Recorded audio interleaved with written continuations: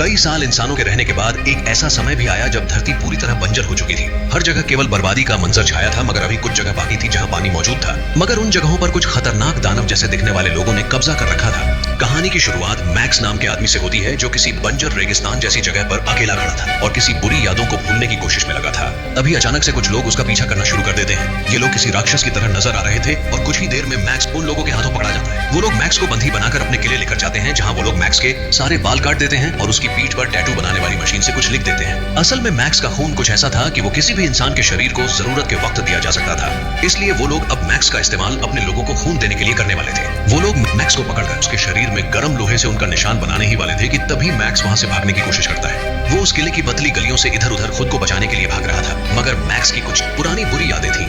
वो अपने परिवार को नहीं बचा पाया था, जो यादें उसे परेशान की जा रही थी। मैक्स भागता हुआ जाकर एक दरवाजे को खोलता है, मगर उस दरवाजे के बाहर एक गहरी खाई नजर आती है। वहीं मैक्स एक क्रेन से लटक कर बचने की कोशिश भी करता है, मगर आखिर में उन लोगों के हाथों एक बार फिर पकड़ा जाता है। अब कहानी हमें लेकर जाती है फ्यूरियोसा नाम की एक औरत के पास, जो इसी किले में उन लोगों के साथ रहा करती थी। फ्यूरियोसा आज एक बड़ी सी ट्रक में किसी बड़े मिशन के लिए निकलने वाली थी।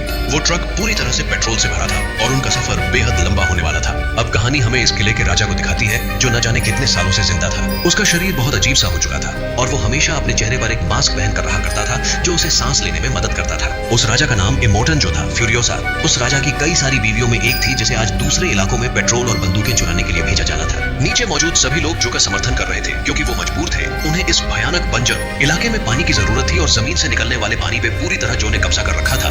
हर रोज जो उन प्यासे लोगों को थोड़ा थोड़ा पानी दिया करता था। पानी देखकर लोग दौड़ते भागते एक दूसरे से लड़ते हुए पानी इकट्ठा करने की कोशिश करते थे, मगर तभी जो पानी का लीवर बंद कर दिया करता था और उन लोगों को तरसता देख गर्व महसूस करता था। अब इन सब के बाद उस बड़े ट्रक को कुछ गाड़ियों के साथ उस किले से रवाना किया जाता है। उन गाड़ियों के निकल जाने के बाद कुछ प्यासे लोग ऊपर किले में आने की कोशिश करते हैं, मगर वहां सिपाही उन सभी को बेरहमी से मारकर नीचे फेंक देते हैं। अब फ्यूरियोसा उस गहरे रेगिस्तान में उस किले के जांबाजों के साथ आगे बढ़ रही होती है। वहीं दूसरी तरफ मैक्स को उन लोगों ने किले के एक पिंजरे में बंद कर रखा होता है। फ्यूरियोसा आगे बढ़ते बढ़ते अचानक से ट्रक को दूसरी दिशा में घुमा देती है। किले में बैठे कुछ लोग उस पर नजर रख रहे होते हैं, जो तुरंत ये खबर जो तक पहुंचाते हैं। जो को उस पर शक होता है और वो तुरंत जाकर अपनी कैद की हुई बीवियों को देखता है, मगर उसका शक सही निकलता है। वो सभी वहां से भाग चुकी थी। अब हम देखते हैं उस किले में उस राजा के सिपाहियों को जांबाज कहकर पुकारा जाता था, जिनमें से एक था नक्स। नक्स के शरीर में अक्सर खून की कमी रहती थी, इसलिए फिलहाल मैक्स के शरीर का सारा खून नक्स के शरीर में डाला जा रहा था, ताकि उसे जिंदा रखा जा सके। तभी बैठे बैठे नक्स को बाहर से शोर शराबे की आवाज सुनाई देती है। कुछ जांबाज अंदर आकर बताते हैं कि फ्यूरियोसा ने राजा के साथ गद्दारी की है और उसकी सारी बीवियों को लेकर भाग चुकी है, इसलिए राजा उसे वापस पकड़कर लाने के लिए अपने आदमियों को जंग पर भेज रहा है। नक्स में जंग लड़ने का बड़ा जुनून सवार था।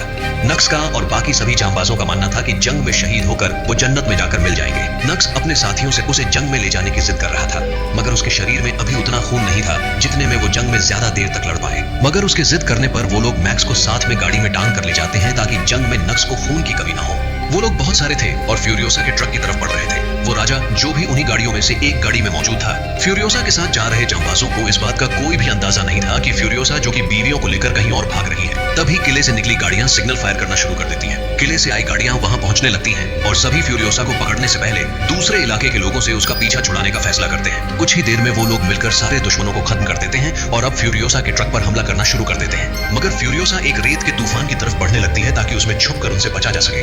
अब फ्यूरियोसा के ट्रक में मौजूद आदमियों को भी अंदाजा हो जाता है कि फ्यूरियोसा कुछ गलत कर रही है। अब वो लोग मैक्स के हाथों को खोल देते हैं, ताकि उसे गाड़ी की पीछे वाली साइड ले जाया जा सके, मगर मैक्स इसका फायदा उठाकर खुद को बचाने की कोशिश करने लगता है। तेज आंधी तूफान में कुछ भी सही से नजर आना बंद हो जाता है। अब नक्स अपनी गाड़ी में हर तरफ ऑयल गिरा देता है और फ्यूरियोसा के ट्रक के पास जाने लगता है, ताकि पास जाकर खुद को ब्लास्ट कर दे और फ्यूरियोसा मारी जाए। मगर वो इस चीज में नाकाम हो जाता है और उसकी गाड़ी ब्लास्ट होने की वजह से टूटकर बिखर जाती है। अब अगले दिन तूफान के चले जाने के बाद मैक्स खुद को रेत में पड़ा हुआ पाता है। होश आते ही वो सबसे पहले खुद के शरीर से ब्लड पाइप को निकालता है और इसके बाद नक्स और उसके बीच बंधी सिक्कड़ को तोड़ने की कोशिश करता है, मगर वो सिक्कड़ टूटने का नाम नहीं लेती। तभी उसकी नजर पीछे पड़ती है, उसे वही ट्रक दिखाई पड़ता है। मैक्स नक्स और गोली से बचने के लिए गाड़ी का दरवाजा लेकर वहां चला जाता है। वहां जाकर वो देखता है सारी औरतें उस वक्त वहां से निकलने की तैयारी में होती हैं। वो उन्हें गोली दिखाकर उनसे पानी मांगता है। उनमें से एक औरत के पेट में बच्चा भी होता है। पानी पीने के बाद मैक्स उन लोगों को नक्स और उसके बीच बंधी सिक्कड़ तोड़ने को कहता है, मगर उस औरत से वो सिक्कड़ नहीं टूटता। तभी फ्यूरियोसा मैक्स पर हमला कर देती है और उसे मारने की कोशिश करती है, मगर मैक्स किसी तरह खुद को बचा लेता है। तभी नक्स को भी होश आ जाता है और आखिर में दोनों मिलकर किसी तरह फ्यूरियोसा को घुटनों पे ले आते हैं। नक्स को लगता है मैक्स ये सब जो के लिए कर रहा, मगर मैक्स को फ्यूरियोसा और जो दोनों से ही कोई भी मतलब नहीं था। अब मैक्स उस ट्रक को लेकर वहां से चला जाता है, मगर कुछ दूर जाकर वो ट्रक खुद ब खुद रुक जाती है। तभी फ्यूरियोसा आकर कहती है कि उस ट्रक के स्विचेस को को उसने सेट किया है, उन्हें किस तरह चलाना है ये केवल फ्यूरियोसा ही जानती है। अब कोई दूसरा विकल्प न होने के कारण मैक्स उन सभी को अंदर बुला लेता है और उनके पास मौजूद सारे हथियार छीन लेता है और फ्यूरियोसा ट्रक चलाना शुरू कर देती है। उस वक्त ट्रक बहुत ज्यादा स्पीड में नहीं होती।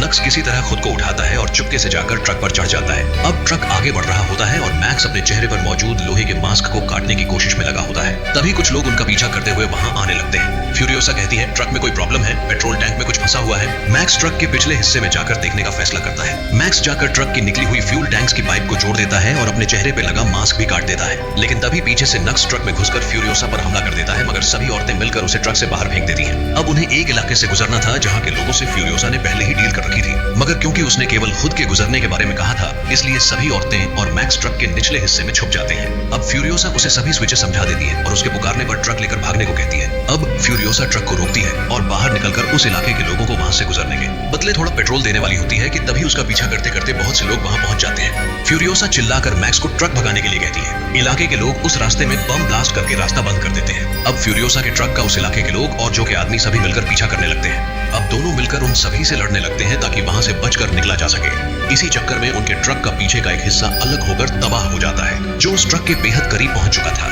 और अब फ्यूरियोसा पर फायर करने ही वाला था कि तभी वो सभी औरतें जो कि बीवियां थीं उसे ढक लेती हैं। जो उन औरतों पर गोली नहीं चला सकता था क्योंकि उनकी जो कुछ सख्त जरूरत थी। अब नक्स जो से कहता है कि वो एक बार ट्रक पर चढ़ जाए तो वो अंदर जाने का रास्ता जानता है। वो लोग उसे ट्रक पर चढ़ा देते हैं, मगर नक्स अंदर जाने में नाकाम हो जाता है। अब वो लोग सीधे गाड़ी के स्टीयरिंग व्हील पर हमला करते हैं और स्टीयरिंग व्हील टूटकर अलग हो जाता है। वो लोग औजारों का इस्तेमाल करके ट्रक की डायरेक्शन बदलते हैं। आगे एक बेहद बड़ा पत्थर होता है जो उनके बेहद पास से गुजरता है, जिसकी वजह से एक औरत जो कि बेहद खास थी वो थोड़े से के लिए बच जाती है, मगर जब वो ट्रक में चढ़ने की कोशिश करती है तब उसका पैर फिसल जाता है और वो मारी जाती है। उसे बचाने की कोशिश में जो अपनी गाड़ी अचानक से घुमा देता है, जिसकी वजह से जो कि गाड़ी भी पलट जाती है। अब सभी औरतें फ्यूरियोसा से ट्रक रुकवाने को कहती हैं। मैक्स कहता है कि वो टायर के नीचे आकर मारी गई, उनके रुकने का कोई फायदा नहीं। ये बात उन सभी को बिल्कुल पसंद नहीं आती। अब ट्रक का इंजन बेहद गर्म हो चुका था और अब वो लोग उसे ठंडा करने के लिए रुकते हैं, जो पूरी सेना एकत्रित कर चुका था। अब उन सभी औरतों में से एक औरत दूरबीन लेकर बाहर उन लोगों पर नजर रखने जाती है, लेकिन तभी उसे नक्स ट्रक में कमजोर बेचारा पड़ा हुआ मिलता है। नक्स अब वापस लड़ने झगड़ने के मूड में तो बिल्कुल भी नहीं था।